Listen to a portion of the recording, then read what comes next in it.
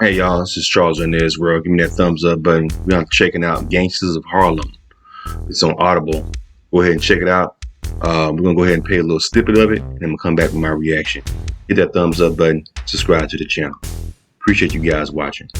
Barnes supplied information about a terrorist involved in robberies and prison escapes, and a former inmate who had been arrested with documents revealing that he planned to murder public officials, including Ronald Reagan. Barnes testified before congressional hearings and presidential commissions about how the narcotics industry worked and what the government could do about it. Meanwhile, Barnes's former associates plotted their revenge. In 1983, 8 of them were accused of plotting to put a $1 million contract on Barnes's head.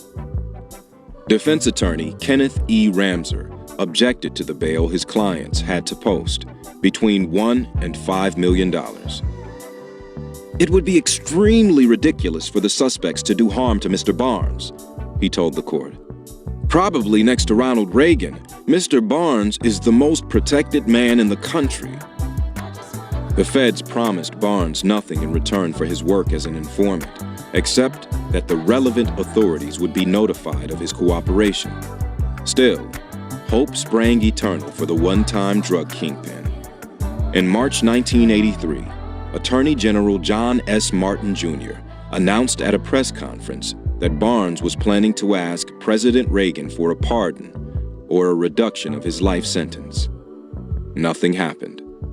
The following year, Judge Milton Pollock described Barnes's testimony in the trial of some of the people he had turned against as convincing, devastating, and indeed shocking. Still, nothing. Barnes was eventually resentenced to 35 years, which made him eligible for parole. And for his protection, he was put in a special witness security unit at the federal prison in Otisville, New York, where he spent 15 years. In January 1989, the New York Daily News reported that Barnes was letting it be known that he thought a presidential pardon would be coming his way before Ronald Reagan left office and George H.W. Bush was sworn in as president.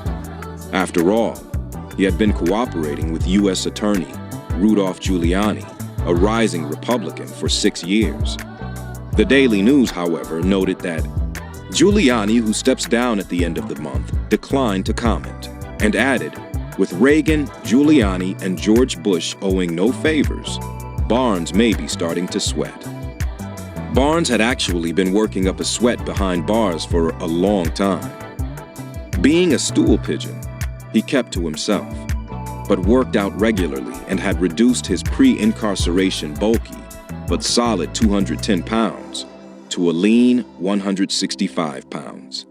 He had earned a college degree via correspondence and even won a national poetry contest for federal inmates.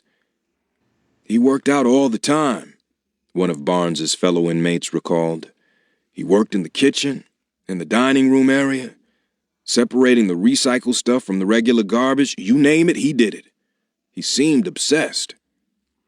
Another source provided this assessment of the inmate after he had spent more than 2 decades in jail. He is bright, articulate, and could easily pass for a retired schoolteacher. Freedom for Barnes finally came in August 1998. After serving 25 years, the government's star witness was quietly released, given a new identity, put in the Federal Witness Protection Program, and relocated to somewhere in the United States. Leroy Nicky Barnes was 66 years old. Not much is known today about the life of the gangster who once swaggered through Harlem as Mr. Untouchable. But the current class of would-be gangsters remember the legend well and will not let him fade away. Hip-hop and gangster rap, for example, have embraced Barnes in a big way and pay homage to him on internet websites and in tracks such as Nas's Get Down and Fat Joe's Part Deux. The story of Nicky Barnes, drug dealer and killer turned government informant, should be a cautionary tale, but, as a sign of the times, the ex-con remains a folk hero for all the wrong reasons. We don't know if, now that he is a free man, Nicky Barnes is trying to set black youth straight about the gangster life, but at least one of his former associates, Guy Fisher, is trying to make amends for his criminal past by reaching out to today's youth. Barnes's testimony got Fisher 25 years in jail. In 1983, Fisher was charged with being part of a conspiracy that put a contract on Nicky Barnes's life. Still imprisoned in Allenwood Penitentiary, Fisher has seen a lot of young boys come and go through the prison system. I see the kids come in here talking about when they get home, they're going to do the same negative things that got them in here in the first place, Fisher told Feds magazine. I feel if you don't come in here and grow, you won't have to be anything. The only thing you can get in here you couldn't get on the street is knowledge. Every chance I get, I try to give advice to the young guys in here. Wow, that's crazy. That's very deep. Very deep. That's Guy Fisher. Nicky Barnes, he ended up dying some years later.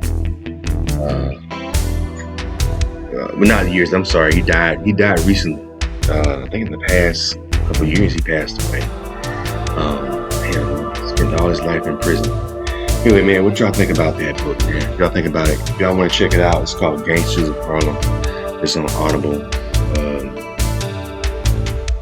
Yeah, anyway, what y'all think, man? Leave the comments and subscribe to Charles and Ed's book. Y'all take care.